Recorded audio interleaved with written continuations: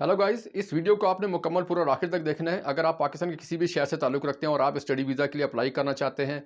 UK जाना चाहते हैं, ऑस्ट्रेलिया जाना चाहते हैं, डेनमार्क जाना चाहते हैं, बेल्जियम जाना चाहते हैं और आपने हाल ही में 6.5 बैंड्स के साथ आइल्स भी कंप्लीट कर लिया और आपकी स्टडी में गैप भी नहीं और आपके पास 40 से 50 लाख रुपए का बैंक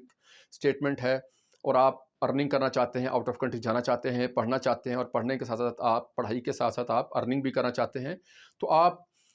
यूट्यूब चैनल की ही तरह हमारा जो है व्हाट्सएप चैनल उस पे राब्ता कर सकते हैं और यहाँ पर आपको डिस्क्रिप्शन में इसका लिंक मिल जाएगा और आपको यूके, यूएसए, कनाडा, डेनमार्क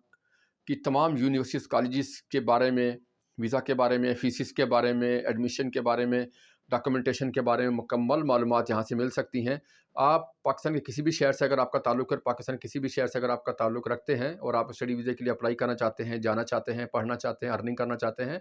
तो अभी आप डिस्क्रिप्शन में दिए गए हमारे यूट्यूब